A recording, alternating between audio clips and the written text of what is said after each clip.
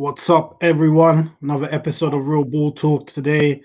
A lot of talking points from the latest round of Premier League games. But before we get to it, let me introduce my mandem. First up, AP. How you doing, bro? I'm all good, my guy. How you doing, man? How you been? I'm all right, man. I'm doing well. Thank you. Innit? Enjoyed the game, innit? Yeah. Enjoyed the game. So yeah, man. Jalil, what you doing, man? Good, man. Always good. Ain't got my cuppa, but ready to get into it. Do you know what I mean? So Yeah, man. Where's the cuppa today, man? Oh, I ain't got a cuppa today. You'll see me next week with a few cuppas, mate. Do you know what I mean? But yeah. Let's get into it, bro. Well, yeah, man. Let's get into it. Listen, there's we were actually just talking about it beforehand, and it actually is a mistake of mine. I actually forgot what the score was. It actually was 4-1 City, not 3-1. So ignore that little technical mistake. But listen, 4-1 at Anfield. Dead first half, but the game definitely picked up second half. I think City realized that they were there. Liverpool were there for the taking, stepped up to another gear, took the lead. Liverpool got a penalty, took it back, and then City kind of just ran away with it. Alisson made a couple of mad mistakes with his feet.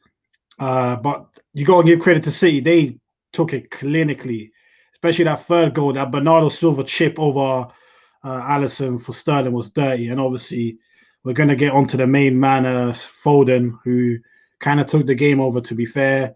You know, AP, Angelo have both been screaming his name. You know, I've had my doubts. I hold my hands up to that. So, but before I come to you, Jalil, AP, man, talk to me about that game. What did you make of it? You know what? When I first saw the lineups, I was thinking Pep has done it again. Because you know what? In big games, Pep always likes to do some mad stuff. It's like he's trying to overthink. Because I saw no striker and Foden false nine. I was thinking, this guy, why can't he just put something normal out? And So I was getting worried, thinking, okay, it's either a Liverpool win or a draw. And then first half is a bit cagey. It looks like this game was definitely going to be decided by the two midfields because City looked like their plan was just to have possession and make Liverpool basically chase them, try and maybe wear them down or something with the possession. And then again, it's like both teams trying to feel each other out, see who's going to make the first mistake or who's going to have that first moment of brilliance. And it came from Sterling, who basically had the joy on the wing because no one even tried to stop. Even they tried and they weren't doing a good job trying, but he was just unstoppable on the wing. He had Trent on skates the whole game. So yeah, he won the penalty, which I think it was a legit pen. I was expecting Gundo to slot that because he's generally quite good from the spot. But he skied it. So I thought, okay, here we go again. It's definitely either going to be a draw or a Liverpool win. And then second half, I don't think it took them that long to score in the second half. But Gundo redeemed himself. He redeemed himself. And then the Salah penalty, that was it's slimy. I can't lie, it's slimy. But that's the game, unfortunately. It's part of the game. Because he could have easily stayed on his feet and continued and got the shot on goal. But he felt a little bit of contact. He definitely made the most of it. I don't want to say it's a dive, but it's halfway there to being a dive. But anyway, he made the most of it. It was a foul. It was a foul because guys pulling him back in the box, but it's not enough to bring him down. If we keep it 100, it's not. But either way, pen, and he did what he does. He slots. And then one I'm thinking, okay, we've got a game in our hands, but it was literally like the only moment that Liverpool looked threatening, that penalty, because after that, it was just City from then to the end of the game, basically. I don't remember Edison really having to do anything the rest of the game from that point. And then, Starboy Foden showed up, Sterling as well, doing his thing. All of them, to be honest, man. Everyone had a good game from City perspective. If anything, I'll probably put some marks down only because of that one mistake on Ruben Diaz. Probably his first mistake I've seen him do in this season. Probably he's been so solid. But it was a great game from City. Alisson But this is what he does, though. It's not new. Even in his debut season, his feet, I don't know, maybe trying to prove a point that he's Brazilian as well or something. I don't know, but he's just keep it simple. You know, if it's not in your locker, then just either just hoof it or pass it. Don't try and dribble. Yeah. But yeah, he although he isn't great with his feet, he's generally good with his hands. Today just wasn't a good day for him. But I think even if you take out those mistakes, City would have still found a way to win, I believe, based on what we saw today. Because they just kept going forward and forward and forward. Eventually, that pressure would have made Liverpool crack, I think. Yeah. But all in all, I think great win by City. Another 3 points on the board, game in hand as well, on everyone. So they look in a very good position at the moment, I think. Yeah.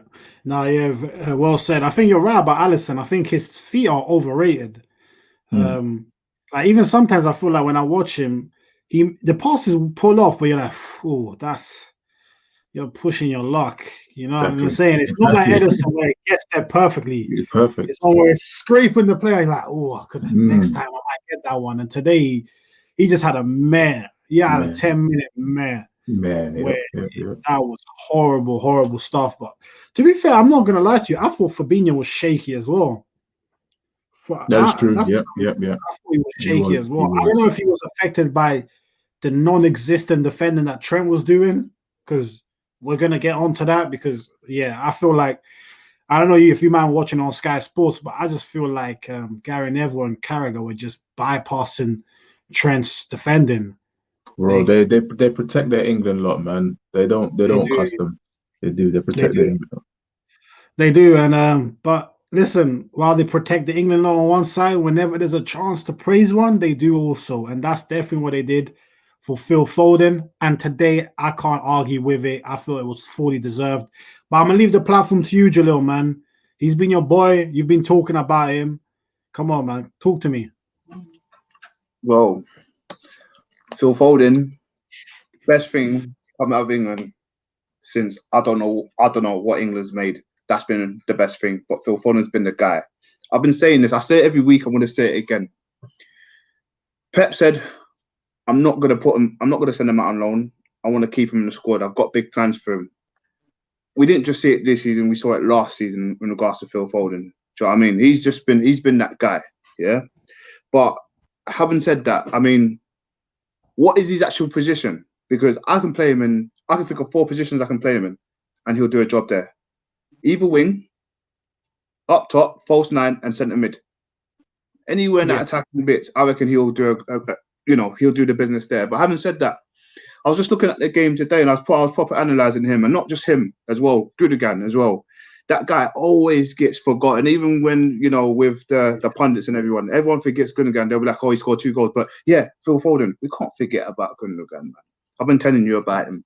He gets left out, and I don't know what it is, because he's filling some big shoes, in regards to, I don't know if I can say Silva and Kevin De Bruyne. I can't say there yet, but they play in that deep role where they drag the ball and they get goals and stuff. And we would have thought Kevin De Bruyne potentially being out injured, in the midfield, City might have been lacking, but they ain't lacking. They ain't missing them. Look, this is the biggest challenge they had this season against Liverpool, and they've done the business over them. They pretty much battered them compared to any other teams we've seen. They played, for example, West Brom, and they drew with them, for example. That's a bit mad, and that's a bit crazy in itself. But to come to Liverpool to see that, I didn't expect that today. I expected maybe a 2-0, 2-1. But it just shows, there's issues at Liverpool bigger than we think and than we know, because we do see all the injuries and stuff, but the way they're playing it ain't the Liverpool we've been seeing at the beginning of the season. Like Alisson, that 10 minutes, he's trying to show that Brazilian in him. And to be fair, most Brazilian goalkeepers can do the footwork, most of them can. Yeah. But yeah, he flopped today, man. He flopped. He's had a mare throughout for a bit. But yeah, man, good game. Salah done the business as usual. Good pen, beautiful finish. Fabinho, very shaky. Foden done him a few times as well. I don't know if you've all seen that. And obviously the last one he did, he got him a yellow card for it. Well deserved and all, if that makes sense. But yeah, man, good game, man. I mean, I think AP broke it down really well anyway, so there's not much for me to say here. Yeah. No, but I think you definitely broke it down well again there. I think there is. I mean, I don't know how quickly we want to take it to the Liverpool side. I think you mentioned there Gundogan. That again, he scored 2 goals, and it kind of really got bypassed. I think Always. it kind of swept under the carpet. Oh yeah, he got 2 goals, yeah, but we keep it moving to the maybe because he's not the most exciting player to watch. Like he's very good on the ball, but he's still not the most exciting player to watch. He's not like going to dribble past a man or something like that. So he kind of gets bypassed. So, and maybe because he's been here a while, maybe he kind of gets taken for granted. But he's done a very good job stepping up for the absence of David Silva and De Bruyne for the time being as well.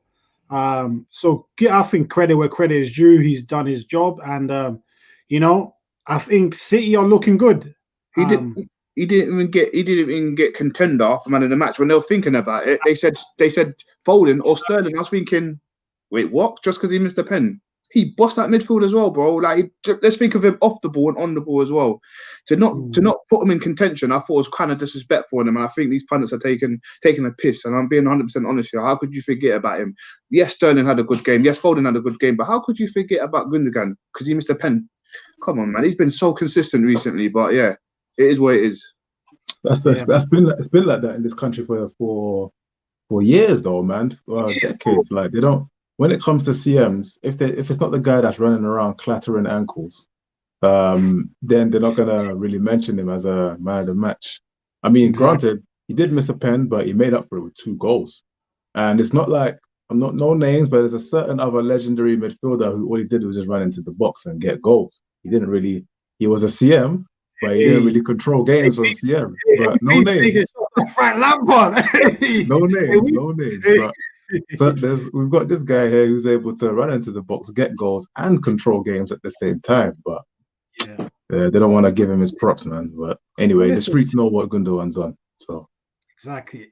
You know what? You summed that up perfectly. The streets know because, bro, we watched it for years, man. How many times have we seen a game and you'll be like, for example, like Rooney when he played, you'd be like, how did he get man of the match? You know what I'm saying? Like he'll drop stinkers, do's one thing, and they're like, my days, Rooney, this world. And you got someone who's putting a shift for 90 minutes, not even get mentioned. Like you said, Gundogan played very well. Another guy who played very well today, for me, I thought Bernardo Silva was superb for City. Yeah. Like running around, keeping the ball. Like he was very good. I thought Cancelo was actually good as well, right back. Bro, so sorry to cut you, but even like the way City played today, it was beautiful to watch because the typical Liverpool like try and press them half in the front, tight spaces. These man, they don't panic. The Man City players, they don't panic. They maneuver a little bit of space for themselves, find the open man, pass it. I'll see like Cancelo's in the corner with 3 red shirts around him. One quick shimmy, pass it through the 2 of them, and then the ball's on the other side with Zinchenko. Quick, they're too elite, man. They're too elite. Yeah, man. Their vision of what's around them is elite, as you said. Like they know everything that's going on. Like they don't give you a second. Like it's one of them ones where with City, when you watch them and they're at their best, the passes that you see on TV that you're like, "Raw, that guy's open." They do it straight away. Not take a touch, hesitate. You're like, I could have gone a few seconds earlier, but yeah, listen, big up RX. That's Lambs for everyone who knows. He was here the other day. Big up to you, bro. Liverpool fan, you must be upset right now, bro. Talk to me, saying Gundogan was the best player on the pitch, and they only give credit to the English players. Yeah, man. That's how it is. They give credit to the English players, and when it's time to criticize the English players, silence, crickets. You know what I'm saying? They're very quick to talk about, the negative impact that Thiago's had on Liverpool, but no one's going to talk about the fact that it was 1-1 when he went off. So, you know what I mean? That's a good point. No one's going to talk. And they brought James Milner and Shaqiri to do what? But anyway, that's a separate discussion. I mean, so let's get on to Liverpool, man. I feel like they've definitely had problems with injuries. Granted, no one can take that away, but this game, I'm not giving them that injuries thing because Man City are missing. There's a guy you can make a case for Man City. The best striker in the league is missing. You can make a case for that, and you could also make a case for the best player in the league is missing for Man City. De Bruyne, yeah. And exactly, and they went to Anfield and did this, where all they're missing really are just their two centre backs. Everybody else who could play was playing. Yeah, exactly. Yeah, but that's what I'm saying. But that's what I'm saying with Liverpool. Is it a thing of? Is it more than just like players missing? Like I'm just looking at a team that's the intensity to me just looks gone from their play. Do you know what I mean? Like I didn't see Salah and Mane in that game whatsoever. Like I did not see them, and they kept talking about in the commentary about they weren't getting the ball to them quick enough. But at the same time, you're not just going to play long ball football and just try and find these men unless they're in space. Do you know what I'm saying? So I don't know, man. Like, do you guys see this with Liverpool now as something that could last? Like, I'll come to you with this one, Jalil. Do you feel like Liverpool from this season and next season, do you see them getting back to where they've been the last couple of years? No, I think this is I'm not going to blame the players here. I'm going to blame the manager. I think if you look at the bigger picture with Klopp, like AP just said in regards to losing potentially the best striker and the best player, but look how they still adapted. Okay, cool. We're going to change the formation. We're going to change how everyone plays. And we're going to change where they play. And look, it worked for them. With AP saying they've lost two centre backs, yes, they've lost two centre backs, but those two centre backs they've lost weren't making that many tackles because the defensive mids were the ones with the setup right in front of them to potentially win the ball, and they'll just do the clear up, they'll do the sweeping, innit? And it's always been like that, and it's been perfect to see Liverpool do that. You know, the high press and everything. But the centre backs, you know, I'm not going to use that as an excuse today. I'm not going to give him that excuse. I think Klopp has just run out of ideas and he's flopped. He went with the same thing again. You can't go into the same game against a team like West Brom to a team like City. It just don't work like that. And Klopp has just run out of ideas. You need to just change the formation, change the way the players are playing, or just change something. But he made no changes. He kept it the same. He kept, you know, Robbo and Trent, you know, putting the balls into the box and everything. But you're forgetting who's there. Like Stones has always been a good aerial threat, and Diaz is proven to be a good aerial threat today as well. Like they're always going to get rid of it.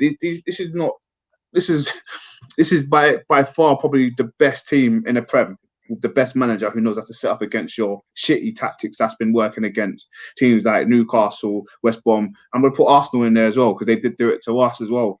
So, well, I'm not going to blame the players, man. I just feel like I can't see them coming back from this. They had 3 good years. They had 3 really good years, which is great. But yeah, I can't see them coming back from this. Changes need to be made, and I might have to put Klopp on forward watch. I might have to put him on forward watch. I might have to. I'm thinking because how have you got away with this for 2 years? Yeah, well, 3 years because he's been banging for 3. He's had his place for 3 years, and then you're getting found out. And I don't want to hear that the defenders are the excuse, but yeah, forward watch pending. Hey, listen, you know what? Everything you said there was actually. I was with you, but that full watch thing caught me by surprise a bit. Like, yo, that's like Ole Arteta, Lampard. Well, Lampard's gone now. He was found out to be a fraud, but that's that man type of area. I think the thing with Klopp now is I think he needs to prevent what happened at Dortmund happening again, which is, you know what I'm saying? You know, I don't know if you want to touch on that a bit more, AP, but I feel like people forget that Dortmund completely burnt out. Because when he was the Dortmund, when they were good, they were real good. But then once that good period came to an end, it was a sharp drop. It wasn't a slow decline. It was sharp. So yeah, he needs to. I don't know if he's learned from what happened there and can do it to not replicate that here. Because boy, I don't want to say it's too early to say it's looking that kind of peak for Liverpool because this is only it's their first dip in 3 seasons. I mean, Gary Neville made a solid point. I used to like what he said, but he's a bit of a weasel these days. But Gary Neville, he made a solid point. In that for 3 seasons, Champions League runners-up, and then winners, and then Prem winners. Boy, it takes its toll at some point, mentally and physically. There's going to be a dip, and boy, this is it. I think they'll be back next season. I mean, even if we do give them the injuries excuse now, everybody should all be back next season. So then we'll see what the excuses will be then if they don't go and win something or have a sustained challenge for honours. But to address the slide, I don't know, because Jalil made a good point where although the defenders they do have that are out, they are solid, and maybe it does change the way Liverpool perform now. But at the same time, the midfield does a lot of work for those defenders as well. There's no denying that. Because they don't face that many shots. And the one rare occasion that someone's attack might slip through, you've got Van Dijk or Gomez to just mop it up quick time. And so yeah, man, I think Klopp has to find an answer to not let it go the Dortmund way, because that drop off was insane. And even now, I mean, they recovered a bit with Tuchel, but they didn't really like push by Never really got back. Exactly. Yeah. No. Yeah, and I think like I understand this point here, and I think we're not saying that Liverpool are finished. I think what we're saying is that like Klopp needs to prove that he can rebuild the team. Like City, they're not the same team that they were last year. And I think the difference between City and Liverpool that we need to remember is the owners. City's owners are willing to spend a 65 million on Diaz. You know what I'm saying? Liverpool's owners ain't proven to me yet that they're going to spend money unless they've made a considerable sale. Their biggest assets are now gone. You know what I'm saying? I don't see anyone coming in for Salah and Mane. If you try and sell Firmino, how much AP, Jalil, how much would you pay to get Firmino if you're a team? The output ain't that great, so he ain't going for more than 30. All right, Jalil, what are you saying? He ain't going for more than 30. Yeah, I was going to say that as well. I think 25 mil, because he's got good link-up play, but this last year you haven't really seen numbers from him, and nothing. I mean, as I keep saying, I'm a numbers guy. Last I don't 2 see years, numbers. to be honest. Oh yeah, arguably last 2 years. Yeah, you're right. Arguably last 2 years. Yeah, I don't see nothing from numbers when I look on paper and stuff. Then I'm just going to say no. Yeah, I think, and if we're talking about max, I can't see anyone paying more than 40 max, and even that, he's almost 30 as well, isn't he? Next year. No. Yeah, I'm mad. 35 max. Yeah. So that's what I'm saying. And do you really think Klopp's going to sell him? Apart from that, what's their most valuable asset at Liverpool? Who would you say is their most valuable asset? I think they'll just get more for Salah, if I'm honest. Yeah, it's got than Mane. Yeah, one of them two. Yeah. But then if you do that, then unless you really think that Jota's ready now. You know what I'm saying? If you feel like Jota's ready, which he might be, to be fair, then you can say, you know what? Let we get rid of Mane maybe. See if you can get 80 mil. But that's the most you're gonna get, because no one's gonna pay 80 mil for Trent. No one's ever gonna pay 80 mil for a right back, full stop. You know what I mean? And then Van Dijk's almost 30, coming back from an ACL. Joe Gomez, I think, needs to prove that he's a top defender. They're not going to sell Alisson. So really, they don't have these assets. So the owners need to dip in and spend some money. And Alex saying, didn't Klopp prove it after we won the Champions League the year after we lost it, or us winning the league the year after we lost it? People say we will never do it, and we did. Can't sleep on it. Yeah, but your team was on the come up then. Like, that was all fresh. You know what I mean? People often say that after you win, that's when you got to prove that you can come back and do it again. You know what I'm saying? Yep. You've won the Champions League. The hardest time is after you've just won. Exactly. Because you got a target on your back, and people are coming for you, coming for your head top, and you need to either repeat. That's why all the great teams manage to repeat. Yeah, exactly that. And we're not saying that Liverpool have to buy big players. We're just saying that you need to buy players. Like, no offense, but Liverpool at the end of January, we're looking at people like Mustafi for centre back. No offense, but bro, you can't be serious about going for the tie and you're looking at a man like Mustafi.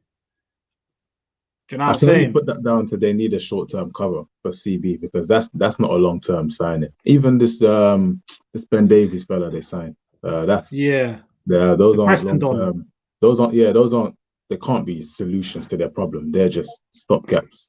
They're Exactly. more of in case we need them. I'll put Exactly. that down to Yeah. No, I agree with that. So I think, we're not saying Liverpool are finished, but work needs to be done. And one thing for sure that you guys have to do, which I think you still will, is finish top 4. I think going out Europa League, if you get into Europa League, then things get a bit sticky now. This is mental. We're talking about Liverpool dropping out. Nah, no way. They won't. I'm just saying, they need to make sure they consolidate that. Do you know what I mean? Because they got Leicester away next, I think, and that's a tough game for them. It's a tough game. And Vardy's back as well, so you know Vardy's like. He loves playing top teams. Just bags.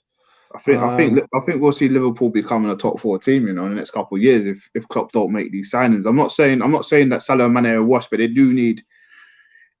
Look, if you're not winning, and you potentially need someone to come on, if Jota's not about, I don't know who's coming on for you. And I know they signed that who's that kid, the Asian fan who just went to Southampton. Minamino. He scored yesterday. I know he scored, and they're thinking, we don't really miss him, but.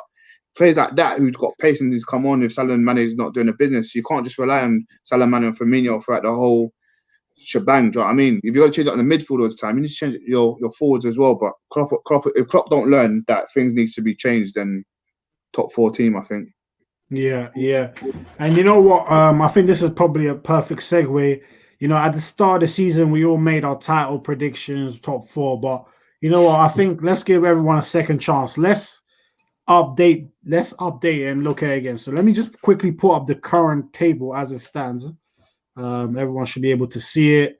So we can see what City top, United second, Leicester third, Liverpool fourth, and then West Ham fifth.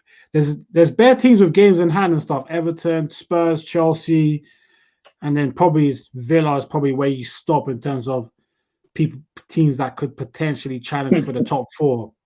Sorry, Jalil, I couldn't bring Arsenal into that, man. It's true, but it's true. We're not going nowhere, bro. Yeah, no, man. I couldn't still. So, bro, listen. AP, I'll come to you first before Jalil on this one. Talk to me. Give me your title winner and your top 4 in order. Okay, let me put up the table as well, actually, before I start talking. But title winner, I need to look at the table for that one. That one, I can't see past Man City winning the league right now. Because if there was a game for them to drop points, it would have been today, and they didn't. The next obstacles they could potentially have is the next Manchester derby, or maybe because they need to play Leicester away. That could be a potential banana skin. And they also need to play Tottenham, but I don't know if that's home or away. That's at home. At home, yeah. So, those could be potential banana skins. But other than that, I don't see where they drop points. And if they were to lose those games, that's 9 points dropped. But you're assuming that the teams around them will then win their 3 games. So which is hard to say right now. So I think I wouldn't call them runaway leaders just yet, but Man City are probably my lock for title. Probably, yeah. And then, the rest of the top 4 will be United and Liverpool. In the order, I expect Liverpool to finish second. Let me keep it 100. And United, I can't put any faith in them. So it's Liverpool probably finish second. Once they get out of this little blip that they're in, they're going to start firing on all cylinders again very soon. United, only because, again, the individual quality that they have, not more so like their quality as a team, but they have players who can just change things in moments. So I'll put them third. And then fourth, now that Chelsea got a new manager, I could, and he is a good manager as well, regardless of what I think of him as a man. But the manager himself, Yeah. he's got the credentials to make them fly up the table. So it's in between them and Leicester. But Leicester, I don't know, since Brendan Rodgers have been there, I think, I mean, there's no basis for me to even go on with what I'm about to say. It's just more of a feeling. I think the way they fell off last season, they can't repeat that again. Otherwise, you got to start looking at Rodgers like, big man, should you be here in August or what? I don't know because yeah. So I think Leicester could potentially get that fourth spot. I think that's what I think will happen. So yeah, okay, so cool. City, Liverpool, United, Leicester. Okay, it's a pretty good list. It's pretty good. Do you know what you're saying, bro? Mine's a bit all over the gaff, you know. Mine's a bit all over the gaff, you know. So I'm going to agree. I think looking at City today and looking at their previous performances, I think without a doubt, 100% winning the league. Then I'm going to go United. Okay. Second on that. Just because, as AP just said, they're going to come back firing during the business. And then I'm going to put in there Liverpool, obviously. I do think they've got a few issues, but regardless of the issues, teams they've got coming up next, you know, the bottom table teams, going to batter them, you know, do the business. That's where Salah and Mane come up and do the business. And the last one I'm going to say, it's going to be a bit of a controversial one because I get onto them quite a lot. Oh boy. I'm getting ready to get attacked because you know what happens when I say something crazy. But it's going to have to be Spurs, man, because we can't sleep on them too much. After Kane just came back today, you're looking at them rushed him back still. Rushed him, and he's not going to finish the season on both legs. Let's be honest. But the games they need him for is to come into the business. And watching them today, Kane and Son, well, come on, man. And they've still got, look, the defense ain't the best, Dyer ain't the best, but they still got a decent defense, you know. They've got a decent keeper. I see them come for fourth spot. I don't see Jose letting them not get top four spot. If they don't win those trophies, at least they need to get top four to get back in the Champions League. They need that money to potentially bring in different players. But yeah, I'm going to go with that. So again, I'll say City, United, Liverpool, and Spurs. Yeah. Okay. Crazy, it's crazy, I know. Yeah, City, United, Liverpool, and Spurs. Okay. Yeah. Okay. Say no more. Big up, HO. Big up. Hey, anyone just joining in now, please make sure to smash that like button as you come in. And if you're new, do check out the channel and subscribe. Much love to everyone. So yeah, man, you know what? My top four, I'm actually going to go the same as Opono, you know. I see Man City, Liverpool, United third, and then Leicester fourth. I feel like with you, as you said, Opono, I can't see if Leicester do it again, it's not good. Exactly. It's not good. You know, the injuries right now as well, you know, they've shown no signs as to why, you know, they should drop off as well. So yeah. And big up Leon. Yeah, you know what? Yeah, game week 23 ain't even over yet, bro. We know Chelsea are playing right now, and I think Leeds Palace tomorrow. But you know, yeah, this is the Sunday night live show, bro. So usually the last game, unless it's a popping game, hey, we gotta do what we gotta do. You know what I mean? Easy 3 points for Chelsea. Easy 3. Look, hey, there you go. Easy 3 points. That's why we're not watching. That's why we're not watching, sorry, mate. Do you know what I mean? It's easy 3 points for them. We don't need to watch that. Yeah. I mean, I'm not gonna lie. I feel like Chelsea fans are getting a bit carried away. I've been watching them. I haven't been too impressed. Like they've been solid, but who have they really played? Exactly. Played Burnley. Let's give it time to judge where they are. You know what I'm saying? Now, Burnley.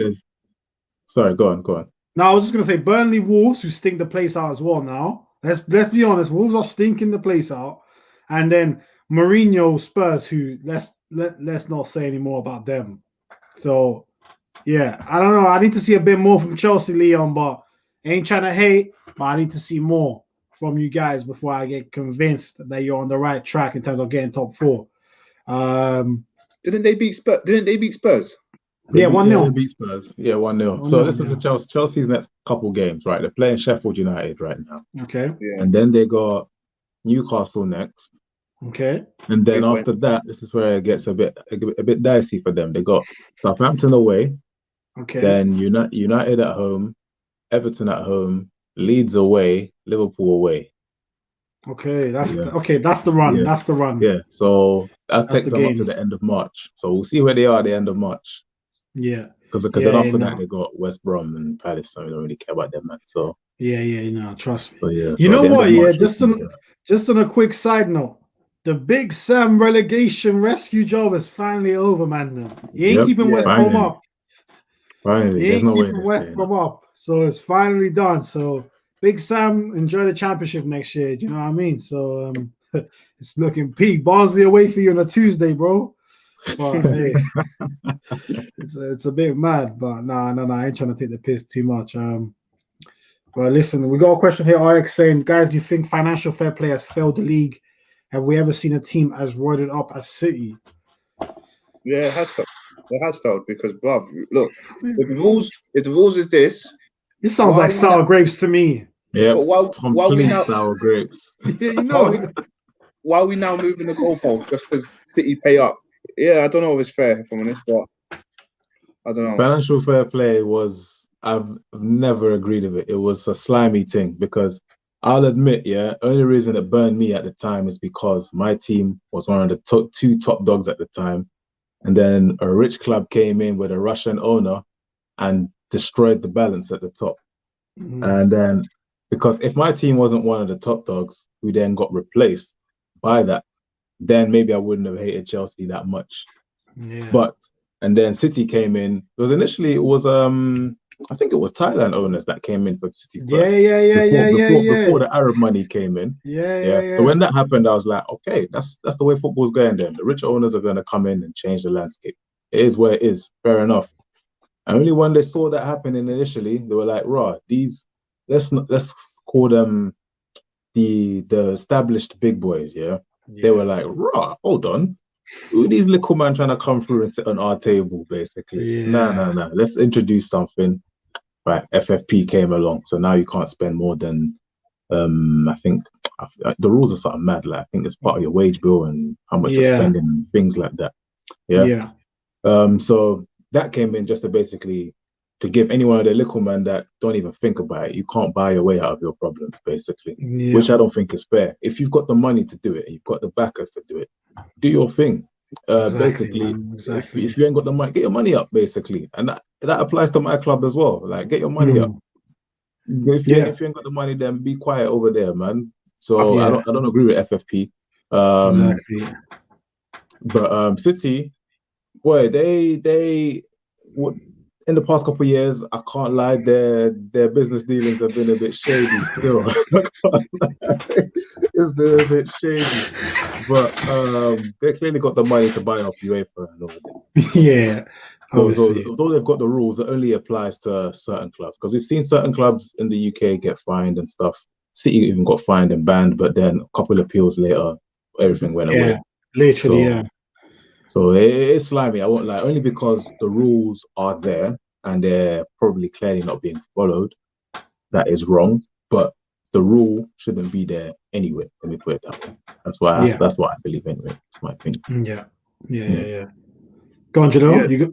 No, I fully agree with that. But like, for example, if the rules are in place, why can City get out of it? But then let's say, for example, a team like Aston Villa do it, and they will 100% get banned without they go for 100 appeals and it will never get banned, but City will come out of it. So rules are in place. Like, for example, we've got these VAR rules. The goalpost just keeps moving. It just depends on what they want, and it seems to come down for City to, like, for example, to money and stuff. So I see why my man said it, but I agree with AP. I wish it weren't there in the first place. If you got the money, who says you shouldn't do what you want to do with your money? But if there's rules in place, we kind of got to follow them. Otherwise, it makes everyone else look stupid, if that makes sense.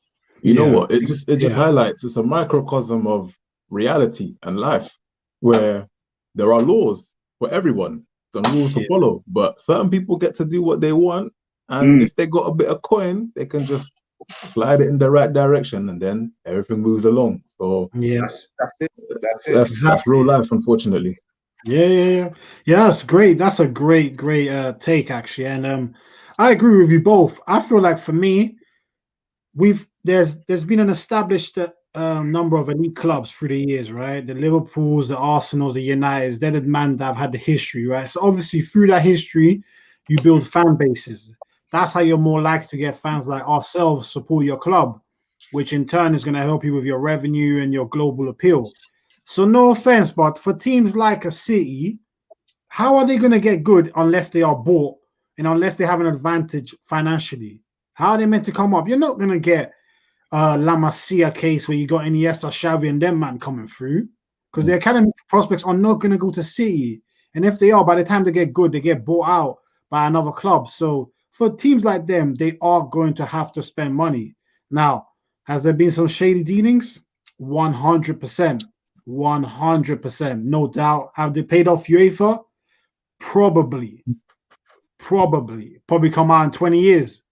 But it is what it is. I'm not mad. Like AP said, like Jalil said, I never wanted financial fair play brought in to begin with. I almost feel like it was literally just because of Arsene Wenger that it came in. Because we were just getting raided by City, taking all our players, and he was just complaining and it came through. So listen, if you have the money, spend it. Don't put no limits. You do what you do with your money. Yep. You know And I think just to add on to that, I think there's an argument for and against like the little teams getting new owners and new money. I think it can help football because then it keeps the bigger boys on their toes. Like they can't relax. Like, hold on, if I take my foot off the gas, not long ago, Arab money was supposed to come to Newcastle, but that deal fell apart.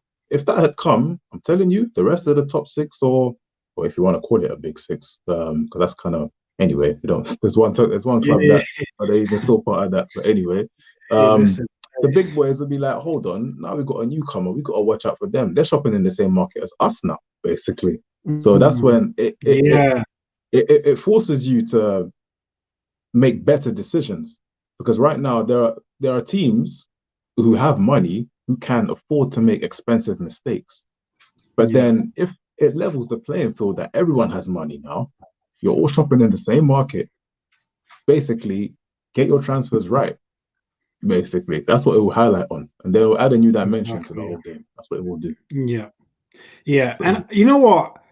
Klopp's done a brilliant job at Liverpool, but I definitely don't call it a miracle, to be fair, because at the same time, jeez, hey Leon, you've jinxed Chelsea still. Man said easy 3 points. Hey, no, it's still early though, but yeah. But now, listen, I think Klopp's done a brilliant job, but I'm not going to say miracle, because when you look at Alisson, 60 mil, Van Dijk, 75 mil. Nah, it's not. You know what I'm saying? It's not a miracle, man. Fabinho, 40 mil, Mane, 35, 40 mil, Salah, 35, 40 mil. Come on, man. That's not a miracle. That's just you bought well, you spend the money, and he's executed it. You know what I'm saying? City spend more, but you know City are going to spend more. United spend more. They know where City are. Yeah. So you still have to get the signings right at the same time. But listen, anyway, let's get on to those frauds. So yesterday, we were talking about me and AP before, AP, you weren't on the last stream that we did on Friday. Me, Jalil, and the guys were taking a lot of corn from the comments. They felt like we had a lot of United hate after they won 9-0. We didn't give them enough praise. So I don't know what we're gonna say today. I don't know what we're gonna say today, but listen, 3-3. They look comfortable at halftime. Cavani and Bruno, I see them man in the media all loving it up at halftime, talking about Bruno and Cantona, putting up videos like it was even the same type of goal, and it wasn't. And Everton came back 2-2. Then United got that jammy third goal that you knew was coming. And you're thinking, okay, cool, they're going to see the game out and win it. But then, I'm not going to lie, I laughed when they considered that last equaliser. I thought it was just hilarious. I'm not even going to lie, because, I don't know, United, VAR, no penalty. No pen. Okay, Hey, Leon, you guys got life.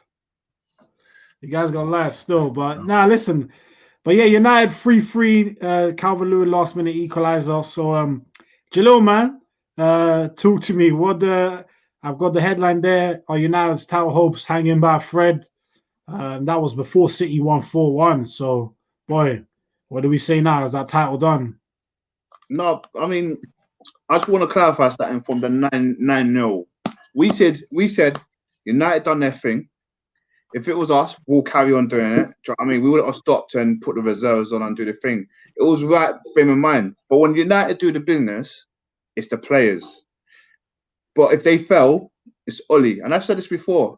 If the team's winning, it should be Oli. If the team's losing, it should be Oli. If the team's winning, it should be the players. If the team's losing, it should be the players. Everyone takes the stick. Sometimes you can justify it by Oli making the wrong formations and the wrong team he pulls out and everything. That was what we were saying.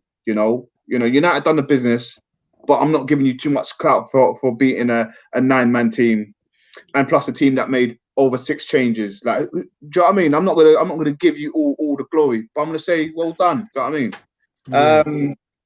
Going to the 3-3 game itself, yeah. Dominic Calvert-Lewin, when I meet you, mate, I'm gonna shake your hand because you made me a very happy man. Do you know what I mean? So I didn't want to hear the stick. I didn't want to hear the stick from United fans, man. But at the end of the day, we've got to be fair. They played well. United played really well. In all fairness, they've done the business. A few mistakes. It should have been a 3-3 game. I think United should have won that game. Should have held it off pretty well as well. But they just couldn't see it out. Maybe it's. I mean, I'm going to blame the players because everyone dropped their head on that. I know them. Who's the player that came on for Greenwood? What's his name again? Begins with a T. Oh, Transabi. Yeah, the black fella. Yeah, him. He's getting stick again because he's the reason why it got to 3-3. Well, they're saying because of the foul or something. I don't know why. But he's getting a lot of the stick, and I don't like that, man. It's not fair. It's the whole team. Exactly. But why is it him? Why is he getting all the monkeys on Twitter? Why is he getting all the stick? He's not good enough for United. Maybe he might not be good enough for United, but do we have to racially abuse him? Do you know what I mean? And that's just me. I've never got that. And maybe because I'm black and we're all black, we're never going to get it. But I don't understand why you got to racially abuse people. But with him, maybe he's not even good enough for United. Maybe he has to go somewhere else on loan, or maybe he has to go somewhere else. But yeah, man, it should have been 3-2, Bruno played really well. Cavani got that beautiful header as well. And I want to big up one player again for United. I've said his name many times, is Luke Shaw. That guy is probably top 3 best left backs in our league this season, doing the business. Yeah. My man takes free kicks, he takes the corners, he's solid defensively. He won a lot of these battles, and attacking, you couldn't really hold him. No one has ever said since Luke Shaw's been playing football, not even for Southampton, said he's been in someone's pocket. Luke Shaw is, he's a class act at the end of the day. Hopefully he gets back into the England lineup. Not only because I want Saka to move up to right wing because I don't want him playing left back no more, but Luke Shaw could do wonders for England. Do you know what I mean? But not much to say on that game. 3-3, beautiful result. But having said that, I still think United. Look, it only takes, like AP mentioned a number of games that City had that could potentially make them flop. It takes a few games. United just back in it. Do you know what I mean? They're only 4 points off them, 5 points off them. They're going to win a lot of their games coming up. We know they're a good team. We know they've got the players. Like, they're not shit. And Ollie's been doing all right. Do you know what I mean? I mean, yeah, I can see them coming back. I'm not going to rule them out for being title contenders. They'll definitely be in top 4, 100% anyway. Yeah. No, therefore, I think the point that you made about Transabi is an interesting one. Again, obviously, we don't have to get on the racial abuse because, we know that's disgusting. And I feel like, to be honest, right now, it's just becoming easy. A black player does something wrong, they get racially abused. It's coming. I think the players even know it's coming now as well. I almost feel like people almost use it to boost their own accounts because, weirdly enough, there will be people out there who will enjoy seeing that type of racial abuse, will agree with it as well. So it's very unfortunate. There's a lot of education that's needed, a lot of ignorance out there. But at the same time, these social media companies, they've got billions of pounds. So you can't tell me you can't implement something that can make a change. People say about the verification thing, that's something you can do. They can think of something. They just haven't prioritized it. They don't give a damn. They don't care. They don't care. They don't care. They could have done a lot of different things. Bro, the education angle, before I would have heard it, no, I'm not hearing it. Because look at what's happened in the past 12 months, everything that's happened. Yeah. People know they're doing wrong. They don't care. They know. They don't care. There's education is not the answer. They know what they're doing is not right. So no, You're right, man. You're right. You're right. And you know what? To be fair, it's probably just an easy excuse that people will get given. To be fair, it's very easy to say Exactly, something and because then it say kind of I'm not educated. it removes the accountability from the people doing it. Yeah, yeah, Because then saying that it's a lack of education, it sounds like the next thing is then it's not their fault. They don't know. Well, no, yeah, no, no. They definitely know what they're doing. They know what yeah, they're doing. They know what they're doing. yeah. I don't know what the solution is at the moment, because I hear stuff like, for example, this delete their account. But what's that going to do? I'm going to create. I'm going to create another account, or I think the social media companies got to do something, because it's getting out of hand, if I'm honest with you. And I see a lot of ex-football players coming off of like Twitter and everything because of this and not supporting the platform. But regardless of whether they come off or not, you think Twitter's going to care? They ain't going to give a shit, bro. They ain't gonna get shit, because this is the kind of stuff that people like to see. If you can't get into what they call the black market or something like that, Twitter is the next best thing. If you want to see that trolly and this kind of toxic kind of comments and stuff, this is the next best thing, and this is what brings viewers onto Twitter. Like, we could be in a group chat now, we can say, "Oh, someone racially abused my man," and then it goes into our chat, and we all click onto the link, and it gets them more views. It's all beneficial to them, and they don't care. They're not going to do nothing about it. So it's just hard to see. That's all. No, 100%. And RX makes a great point here, saying if Alisson was black, logging on Twitter would have been mad for him today. Mate, he would have been absolutely slaughtered. 100 if he was 100, black. 100%. Absolutely rinsed out. And but listen, that's a separate issue that unfortunately it gets spoken about all the time. But we just don't seem to be moving forward. And like AP said, until a level of accountability is held up, both from the social media companies and also the individuals themselves and people around them, then we're not going to move forward. So that's unfortunate. But obviously, big up Tanzabi, anyone who's suffered that abuse. Obviously, just know there's a lot of people that are standing with you. So, because obviously when he gets racially abused, we get racially abused. That's the way I look at it. So, you can't separate that. So, but listen, AP on the game itself, man. Touching on Twanzebe, I feel like he was just an easy scapegoat. Yeah, it was a bad free kick to give away, target. but look how far out it was. Do you know what I'm saying? And go on, man. Talk to me about that goal. You've given the foul away, whether it's a needless foul or in a bad position, the foul has happened. The team still has to defend that free kick, right? And then there was a solid line being held by both defenders and attackers. And then I see there's another red shirt playing everybody onside. And who is that? Captain Fantastic, man, like Slabhead himself. He's playing everyone on side, and of course, I haven't seen him getting any stick. None, bro. This convicted criminal is still out here. No one's talking about him. Nah. It's nasty the way he's. If there's a guy who's protected, it's Harry Maguire, 100%, 100%, because they don't want to give him any stick. How much was he? 80, 85, wherever it 80 was. million, bro. It has not banged at all. At all. The guy, and it's like, I can't even say it's his fault. It's just, he's playing at his level. He hasn't got any worse as a defender. He's just the same guy. Whether they expected him to come and have the VVD effects, clearly hasn't happened. But he should be the one getting all the flack. But Twanzebe's, again, easy target, man. Easy target. I was like, if you think about it as well, because these people on sorry to go back to the social media. Go on, bro. Because like with Twanzebe, it's like what's gonna push the buttons, what to say, right? Yeah. But with Harry Maguire, it's like, where should we jab at to get him down or to get in his head and things like that, to cuss him out? What did they say? And this is the problem. But the people, again, Axel's an easy target, man. But on the game itself, being 2-0 up for a team that's chasing the title, being 2-0 up at halftime to within 10, 15 minutes, be back at 2-2, that's not good at all. It's not a good showing. It's not a good showing. It's because I'm trying to remember how the goals happened. The first one, De Gea's for. The first one, De Gea, that was for. Well, it might be time for Henderson, because De Gea, he hasn't been the same since the 2018 World Cup. He hasn't been the same.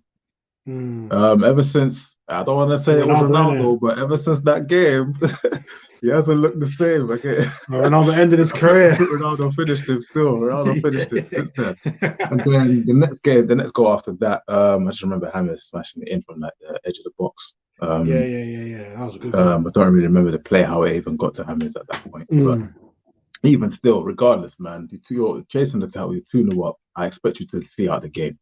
2-2, and then jammy goal to make it 3-2. At that point, you're like, all right, cool, let's see it out. Last kick of the game, that's when the defensive mistake again coming from Captain Fantastic. It's not a good showing, man. Again, like I said previously, United are getting by individual brilliance. But Bruno, I can't stand the guy, but as he keeps putting numbers on the board, it's hard for me to criticize him. So again, great goal. I wouldn't say great performance, but great goal by him. Thank you. And, yeah, man. It was just at halftime. I wouldn't. If anybody had said that, if anybody put a bet on Everton winning or drawing this game at halftime, they're eating good right now, basically, because the odds on that were supremely low. Yeah. But yeah, man. Man United is just same old. Individual brilliance going forward, and then individual calamities at the back. So that's all they are right now, just a group of individuals thrown together to see our games. There's no real team cohesion, I would say. Yeah. Now you're right. I think with United, how many times you see United score a goal that's not either a set piece or an individual moment of brilliance? Exactly. How often do you see that? You know, them kind of goals where you see them pop, byline, cut back, passing. Nah. You don't see that. You don't see that. United playing isolated moments. Yep. Literally, get the ball. Rashford just gets the ball, just whips in a brill. Cavani. Next one, Fernandez. For some reason, everyone's just watching him. He shoots, top bins. Third one, header, keeper slips, goal. You know what I'm saying? So it's like you don't see them play them type of patterns of play. You know, and I think it's a great point that you mentioned there on Bruno, because they were loading him up at halftime, and he's got numbers that you have to load. You can't take his numbers away from him. Yep. You know what I'm saying? But I don't watch Bruno personally and think, wow, like I'm being like, this is a masterclass I'm watching. Like I am learning from this. Do you know what I'm saying? So it disappoints me when I see ballers like Van Persie come out and tweet saying one absolute joy Bruno is to watch. I mean, don't get me wrong. I know Van Persie's on this full PR machine to be fully considered a United legend. Like he's fully on that PR machine. He's completely like left Arsenal behind. So I get he's on that wave, but come on, man, Van Persie, you've seen real top quality ballers that are a joy to watch. Like, exactly. You know what I'm saying? Bruno is not a cam. He's a second striker. I've said this before. He goes for goals and assists. That's what he does. That's what he does. He does it. As jammy as he is, he does it. So, but let's stop saying he's this guy that's brilliant to watch. Would you take him to Arsenal? Nah. Would I take him to Arsenal? Nah. You guys would? I would. Nah. Because it depends. It depends the choice you're giving me. If I can have him or Grealish, I'm taking Grealish every single day.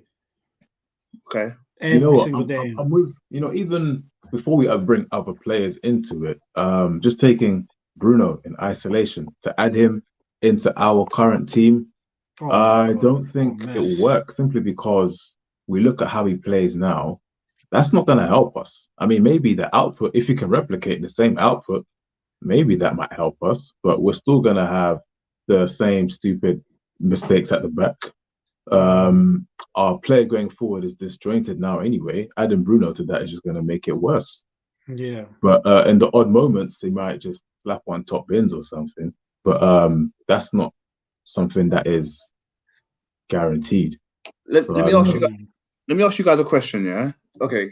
Let's say 2022, in Arsenal are top 4 with half the season to go, 10 games to go, let's say, for example.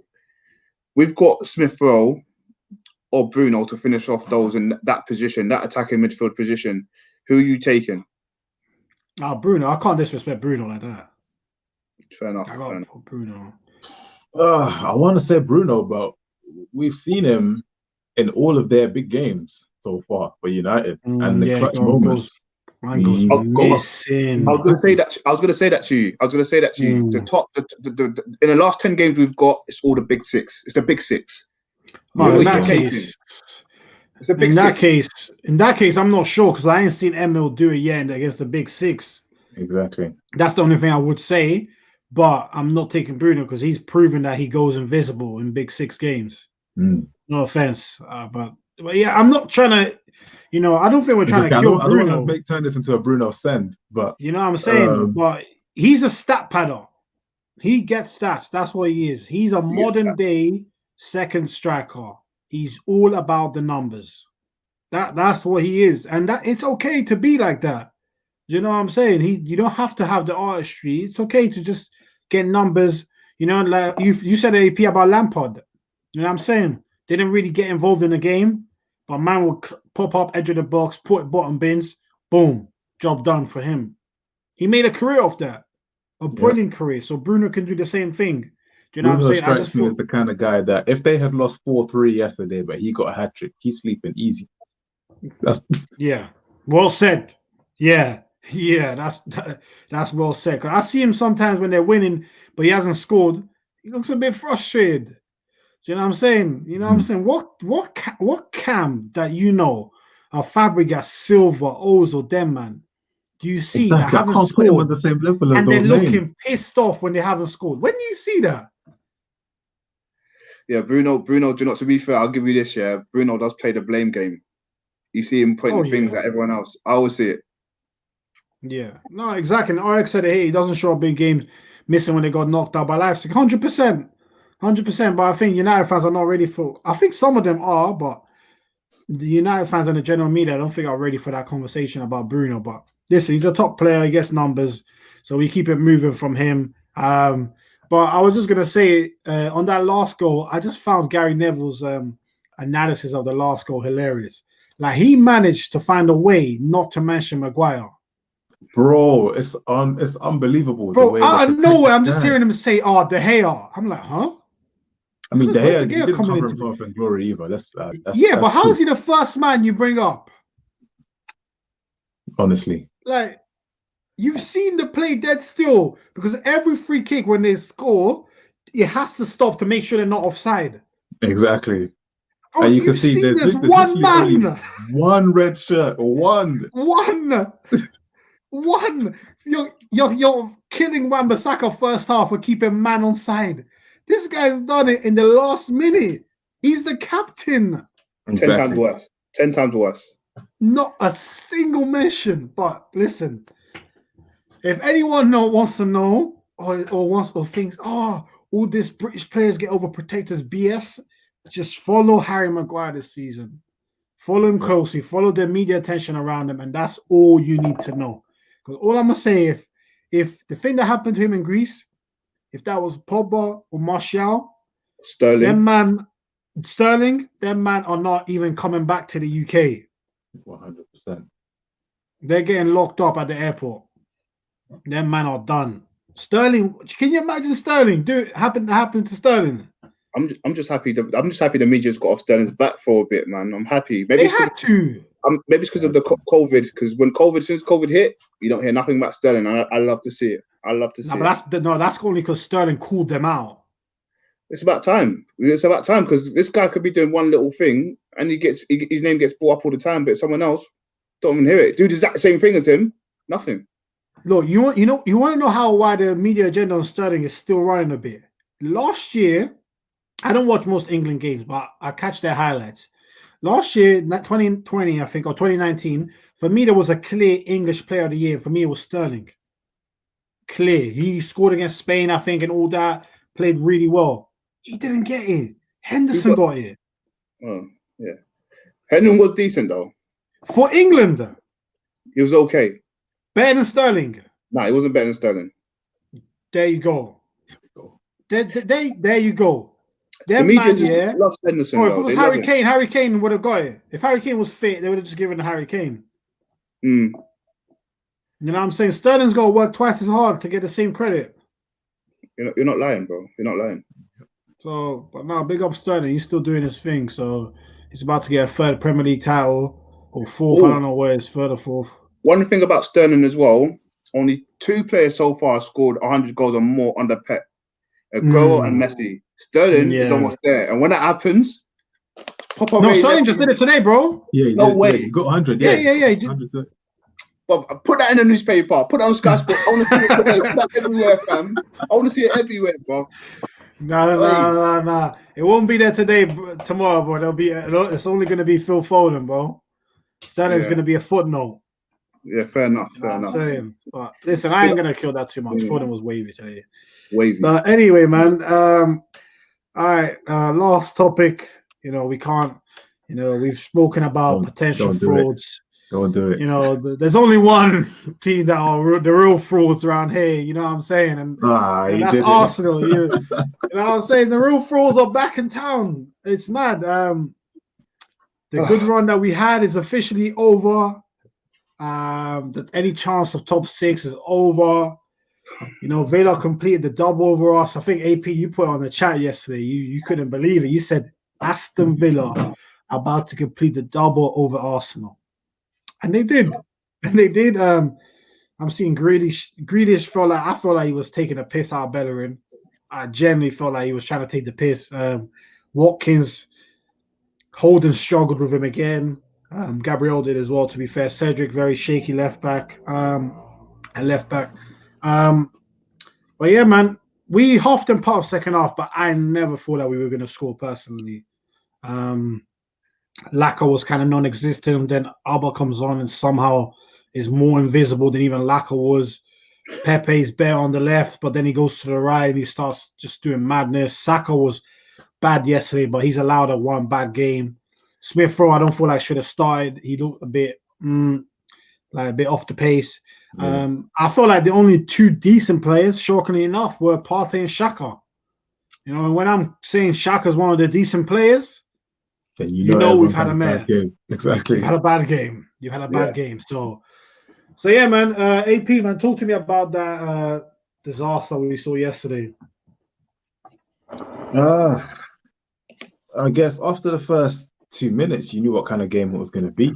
I think the way it happened is like ball's gone in, Gabriel's cleared it. There's no danger. Cedric, you've got it. There's no danger.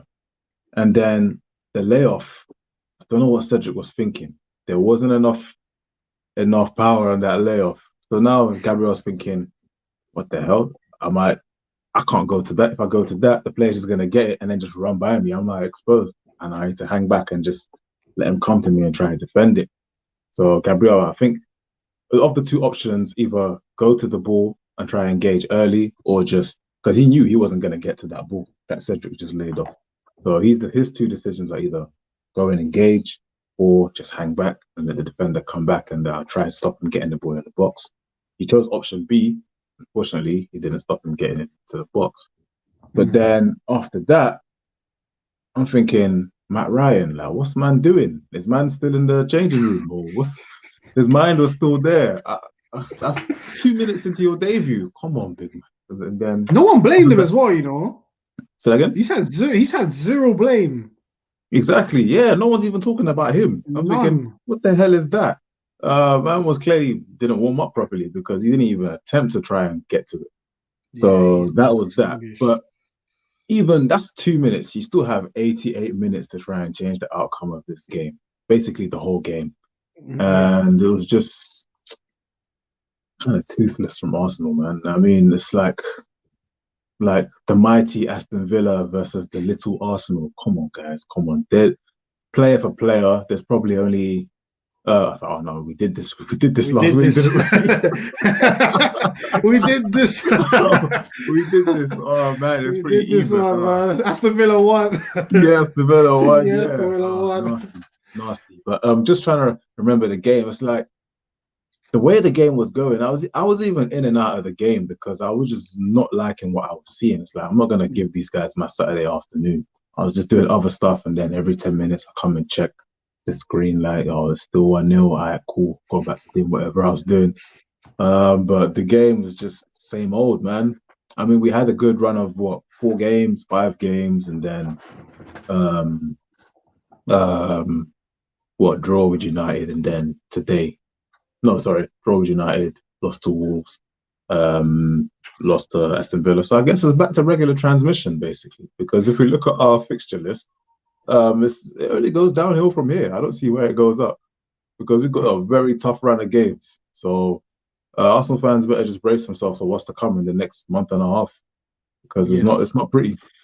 Yeah, and before I come to you, Jalil, AP, I don't think you were on when we asked this question, but what's the lowest position that we can finish where you allow Arteta, where you say, nah, you can stay another year? 10th. Yeah, okay, yeah. Because if we finish page 2, he needs to go. It's as simple as that. It's as simple as that. Because Arsenal Football Club cannot be finishing on page 2. That's embarrassing. Nah. Same page with Big Sam, Roy Hodgson. Bro, nah. Yo, no, that's Pete. No, I agree with you. For me, lower than 10th. I'm even being generous, but lower than 10th, you got to bounce. Still, exactly. I'm not gonna lie. Unless you got to move mad in Europa League, bro. Yeah, you finish below 10th right now. In 11th place is Leeds, and they could easily finish above us. They've got two games in hand on us. So, boy, if Leeds finish above us, then we're banking on one of West Ham, Everton, and Villa to fall off because everybody else that's ahead of us. And you know what? Yeah, this is where it's the perfect segue to come on to Jalil. Because, bro, we are 8 points behind West Ham. We've played the same games. The same West Ham, people were calling for the board to go in the summer. That's how bad they thought their team was, right? Yep. They are 8 points clear of us. We are 4 points behind Aston Villa, who almost got relegated last year. We're 4 points behind them, and they have 2 games in hand on us. We are 2 points ahead of Leeds. They've got 2 games in hand on us, and their team just came up from the Championship. And when you look at their players, they're not like, it's not like Leeds did a Wolves, came up, bought bare players. Nah, Leeds didn't do that. All they got was Rodrigo. That's it.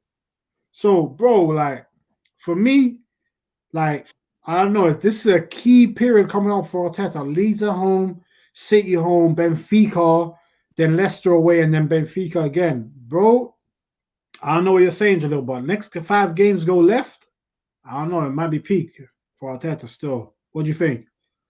Yeah, I mean, I can't see us winning the game. I saw us. I'm not going to sit here and lie. I saw us doing the business over Villa, but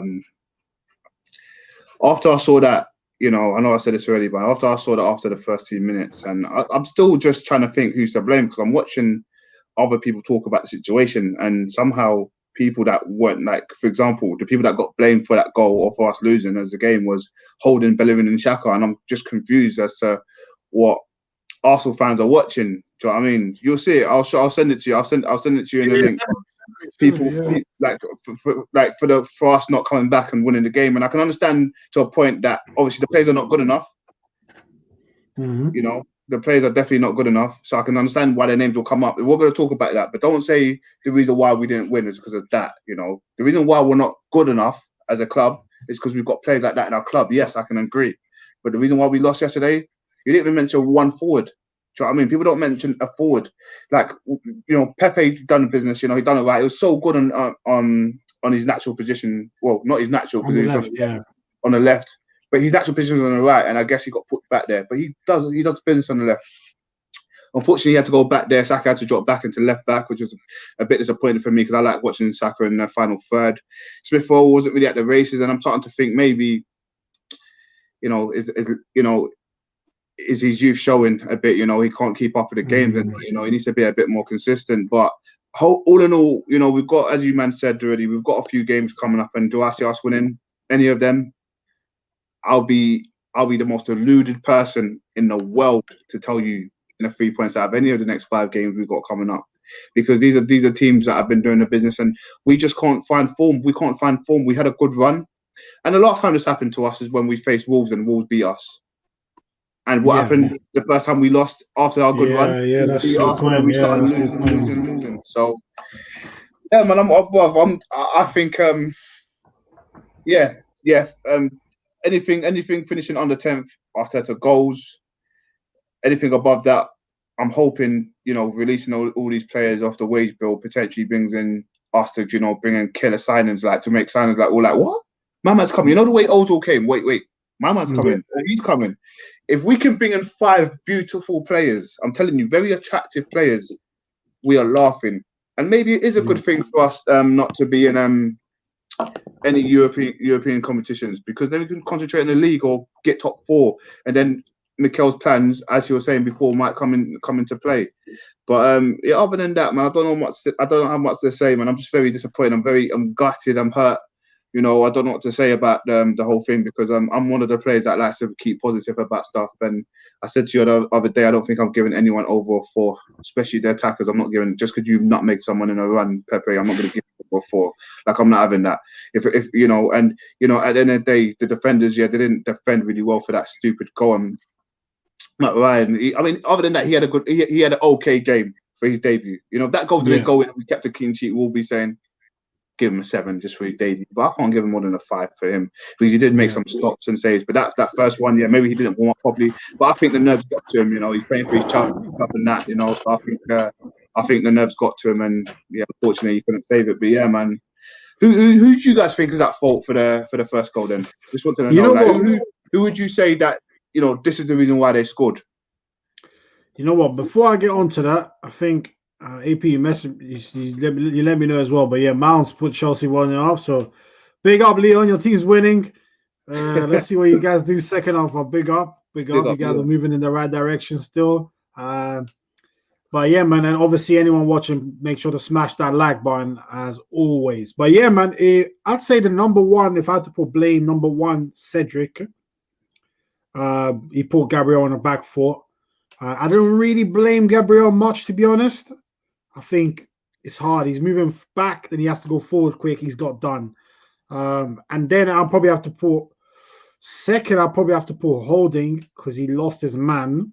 Yeah. And then I do have to ask some questions about Ryan, because he just looked like his legs just were not moving.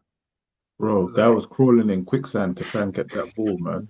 Just wasn't going anywhere. Literally. But it ain't been mentioned at all. But I don't know. But I think anyone who blames like Xhaka is just looking for a scapegoat. Like, Bellerin was bad. I can't remember when that ball went in. Who cleared it? Someone cleared it, but it didn't go far enough. I can't remember who it was. Initially, Gabriel. Was it Gabriel? He passed it to Cedric. Yeah, sorry. Yeah, after Cedric's done the weak pass, and then I can't remember who the Villa player was. They've got the ball into the box. I'm pretty sure it came off on Arsenal head first before it got to Ollie Watkins on the edge. No, it went straight to Ollie Watkins. Straight to Watkins. Okay. Straight to Ollie. But that's why I say with Gabriel, if you look at other defenders, do you kind of expect him to get turned by? Is it Traore? Traore, yeah. Do you expect? I'm not trying to put him in the same class as these players, but I'm just hear me out. Do you expect someone like Ramos to get turned like that, or someone like Van Dijk to get turned like that? Or, I mean, I could keep going, for example, but I just don't expect even a mediocre defender to get turned out. I think Gabriel plays a lot of part in this, because yes, he's on the back foot, but every defender's on the back foot. He should have done better there, but he let my man spin him, and he got spun. And since the COVID, I said this before, since the COVID, he ain't been the same, bro. And I don't know what it is, but he ain't been the same. Yeah. Could be the long-term effects of that, to be fair, but I mean, that's a fair point that you do make. But I think then the same question has to be asked. Are Ramos or Van Dijk giving Ollie Watkins that space? I mean, who else was Holding marking? Yeah, Holding marking anyone else. I think Holding foot. Yeah, you're right. Yeah, so I think you can pin blame on both of them, but yeah, the main blame for sure goes to Cedric, for sure. Yeah. But yeah, man, listen. Quick roundup of that game. Let's do a quick player ratings now that you mentioned it, Jalil. It might be interesting. So AP, what are you giving Matt Ryan? He was okay after that initial mistake, but because that big mistake ultimately decided the game's result, I can't give him more than a 5. Yeah, it's fair. Jalil Bellerin. 4. Yeah, that's fair. AP Holding. Boy, Ollie Watkins was giving him a bad day still, so I'm giving him a 4 as well. Yeah. No, that's fair. Gabriel, Jelo? I would have gave Holding a 3 because just to go back to Holding. Yeah, I'm his biggest defender. You guys know how it gets. Yeah, you are. Yeah, and I'm here telling you before, you know, with the Villa game when he was backing off on Barclays and he was doing and after that game happened, he looked at himself and said, "Nah, no one else is doing that to me." But he ain't been aggressive, and yeah, he's just been mediocre. Holding should be a squad player. He shouldn't be starting for us. I've changed my whole perspective. Okay. I'd give him. Well, you can't come to me and play Villa, yeah, and get done by. No, I know Villa are doing well this season, but I'm not having it. If it was someone like United, Chelsea, or Liverpool, but no, I'm not having it. No, Villa, I can't. I'm upset. I'm very upset with Arsenal at the moment. I'm very upset. Sorry, bro. You know what? Before we get back to the ratings, I'm not going to ask about Leno because that answer is obvious. But do you think we missed David Luiz yesterday? Ooh, that's a good question. That's a good question. Slightly, we did. That's a very good question because I'm not his biggest fan, but we needed that yesterday. We needed that because he as a senior player, he would have told everyone what to do in the back line, and we would have never. I don't think we would have got that. But he does make mistakes himself, so I don't know. But you know what? Let me ask you, man, another question. Where's Pablo Mari gone? He's in training, you know. That's a good point. I thought he was injured.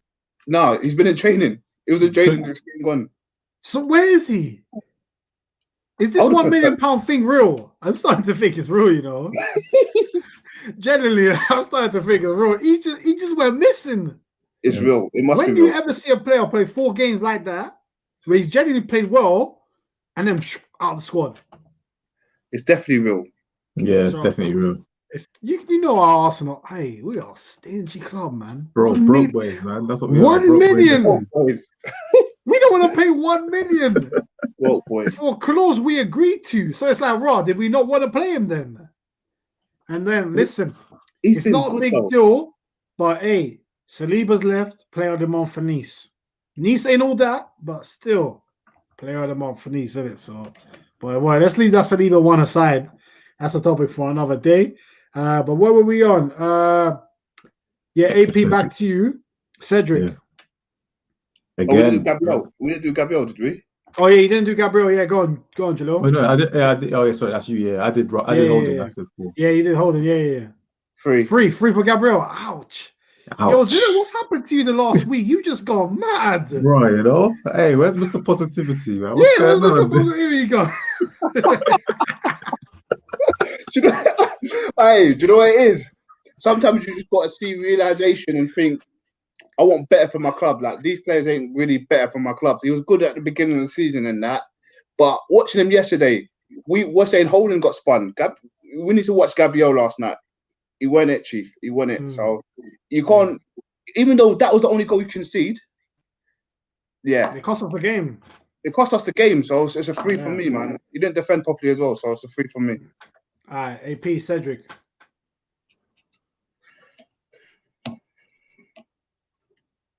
I'll give him another 4. I want to say 3, but 3 just sounds harsh, man. So let me say 4. 4. Yeah, that's Jalo's job today. He's the one giving out 3s. To be fair, Cedric did have. He was okay when it came to attacking. He did play a good part in a few things. So he wasn't. It was only that first 2 minutes. Yeah, that was it. So yeah, I hope why you give him a 4 because that was the only thing he done wrong. But he did do some stuff right, so I can't get onto him for that. All right, Jalil, Shaka. Shaka 4. Can't give him. I can't give him more than a 4. But I'll tell you this: the balls he put into Pepe, a lot of the balls he kept playing into the final third was really good balls. But I see that all the time. So to get more than a 4, I need to see something better. And he was just there, innit? So I could give him a 5, but I'll give him a 4 because at the end of the day we didn't win. So I don't know. Okay, cool. Pono Partey. I thought he wasn't that bad. Partey, I'll give him a 6. Okay. Yeah, 6 for Partey. 6. I think the guy's okay. I Oi. mean, there are times he looks a bit leggy, but I think Mm. he can only get better. So I'll give Partey a 6 still. Do you know what would you ever given him? I don't know if he's going to get better. How could you be 27 years old, yeah, at Atletico, at all these big clubs, never been injured? Never been injured. Come to Arsenal, you're on your 4th long-term injury. Tell me how that works. Like, we're not going to get to see him for the second half of the season. They said that, the first half of the season, he got injured. Second half of the season, we got through the whole second half of the season. I mean, I'm not changing his ratings. Sorry, I'm not changing his ratings. I'm just saying that, is it going to get better for us? Because we only play good when Partey's in the team. When Partey's not in the team, it's a flop. So, yeah. Yeah. Cool. So who's next? AP, you're next, right? No, I yeah. just did Partey. You just said Partey. Okay, cool. Yeah. So it's you, Joe. Boy, I need to think about who I'm giving you because I don't want to give you. You might give someone a 2. Pepe.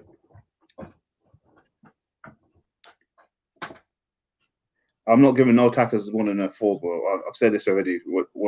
I can't give you more than a 4 when you can't get the results. Like, if anyone wants the reason to blame, look, AP said this before, yeah. 2 minutes of the game gone, cool. But you've got 88 minutes to change the game. We didn't score. If we scored 1-1, I'm telling you now, everybody's ratings would have gone up.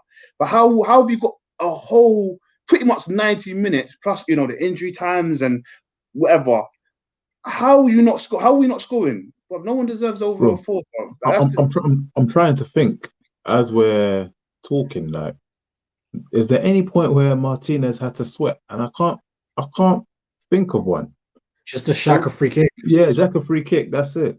And when he took down Laka, and when he took down That was a pen still. But we should know better. Like, we're gonna get a fucking decision in the league. Like, it's never happening. It's never happening. Hey, boy, I don't know. Arsenal have never been too lucky with refereeing decisions, if you ask me. But that's just how it is. So AP, Saka. I'll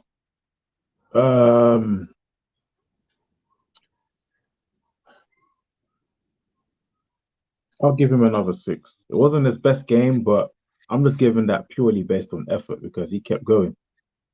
His head didn't drop. I like the kid, man. He's the one. It's mad to say, but a 19-year-old is carrying our team at the moment. So basically, if he has an exceptional game, then maybe we get a point out of it. So yeah, for that reason, I give him a 6. Yeah, that to be fair, that's fair actually. I think people maybe don't realize the pressure that is on Saka. He's having to do a lot at the moment. He's our best ball carrier as well because Pepe's not great at ball carrying. When he runs with the ball too low, I'm like, yeah, he's gonna lose it. So yeah, a lot of pressure on Saka. So yeah, 6 is fair. Jalil Smith-Rowe. He tried yesterday. In all fairness, he tried yesterday, but as I kept saying, yeah, he'd lose the ball a few times on his runs and stuff. He normally beats a man that does the business and that. He did. Don't get me wrong. He did put a few good balls in there as well, but obviously we couldn't finish our dinner. But what I would say is that I do think he might need to be rested. And when it came to this decision to bring in a Cam, I think we should have. With everyone coming off the wage bill, I think we should have just gone big and got someone better than on Odegaard, who we got now. We should have just got someone who could fill that space because right now he's the main man and he was never going to be the answer. Yes, he's going to play a part in the game. He's going to be a part in Arsenal, but he was never going to be the guy. And you can see that from yesterday. He shouldn't. I don't know. I'm going to give him 4 because I can see it's not his fault. He tried. But he does need to rest a bit, and I think it's getting a bit too much for the young man. I feel sorry for him. Yeah. And upon Laka. He was a bit missing during the game, wasn't he? I mean, he didn't really have a presence yesterday. Apart from getting dragged by Martinez, I can't really recall any other moment where Laka was a talking point. So for that reason, I got to give him 4. Yeah. I think a 4's fair. And you know what? Before we finish, question for you guys on Laka. Would you guys give him a new contract, or are you selling him in the summer? So I would have, bro. That's been the answer for a couple summers now. So, but the problem now is that I think after this year, it's 1 year left. I swear. 1 year. Yeah. So therefore, sell this summer because I ain't giving him a new contract next summer. So therefore, sell this summer. Yeah. Jalil?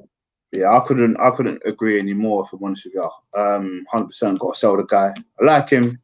I've always liked Laka. I like him as a person. You know, I follow him and stuff. But I'm starting to think, how are we going to get to the next level? And if we keep keeping these players who ain't really performing, such as people like Saka and that, then I'm just like, what's the point and everything? So yeah, so are we gonna rate Arteta? Yeah, let's do that as well. Let's rate Arteta. Go on. What are you giving him? Yeah, I think we should all do it, and I think Arteta for me. Okay, team lineup was what I was kind of expecting, so I'm not gonna. He can go up a rating, but he gets a 4 from me, because he didn't know how to change the game, in my opinion. And the reason why he gets a 4, he gets, if the result would have been the same, and Willian didn't come on, he would have got more. Because Willian came on. 100%. I was waiting for you to say that. Yeah, I'm giving him a 4 simply because he brought on Willian. There's nothing more for me to say. Yo, I'm giving him a 4 as well. That Willian one, boy, it almost brings it down to a 3 for me. Bro. It would have been a 5 if Martinelli came on, because Martinelli, you would have seen ambition, drive. But because Willian came on, do you guys think, and be honest, do you think, in Willian's contract, he has to play every game if he's fit? Do you think that's in his contract? There's definitely an appearance clause in there, I think. Must be. Bro, there's some guys I've been asking this about for years. When Ramsey used to be at Arsenal, I used to say, is there a clause that means he has to play every game? Xhaka's been doing it for a few years. Mustafi was doing it for a bit. But Willian's one just looks outrageous because he just genuinely, I've said it before, he looks like he doesn't want to play. He doesn't, but you know one thing? He has 2 restaurants in London. That's why he didn't. That's why he took another London. With David Luiz, I swear. And David Luiz, So why couldn't he go to Fulham or fucking 100%. West Ham? I know for a fact that if Arsenal weren't in for him, he's going Fulham or he's going West Ham. Or West Ham or Palace. Yeah, or if push comes to shove, he's going Brentford. That's how bad it is, bro. He's not leaving London. Or real push comes to shove, he would have gone Spurs. Oh, all that, exactly. One of them, he would have gone. He was just looking to stay in London. As long as it's London. We're the only idiots that fell for it. He saw it, and he got big pay, and he said, so Arsenal, they might win an FA Cup that can go towards my, my numbers and that. We fucked up so bad, bro. So bad. No, not he fucked up. We fucked up, bro. No, we fucked up. We fucked up. He's laughing. He's laughing. He's laughing. Bro, he's probably at home talking to his man them now. They're like, raw fam, how long do you think you're going to be able to get away with this? He's like, bro, 3 years. For a 3-year deal, G. 200 pounds a week. You didn't want me gone, they have to pay me off. Oh, bro. But listen, man, let's wrap it up on that note, man. What a sad note to wrap it up on, Willian. It's a shame. But listen, we got through. We talked about City doing the business against Liverpool. What Liverpool need to come back. And we made our new final predictions for the rest of the season. AP's gone with City to win the league, Liverpool to finish second, United third, and Leicester fourth. I've gone with the same order, and Jalil's gone for City, United second, Liverpool third, and Spurs fourth. So no one can say there's any hate on this channel for United and Spurs, especially Jalil showing it there. So listen, well, it's all good. We spoke about Arsenal as well, and we spoke about United's 3-3 draw against Everton, and a little bit as well on the racism that Twanzebe's been facing and how a lot more needs to be done, both by the social media companies, but just generally people just need to be more accountable. But listen, we wrap up now.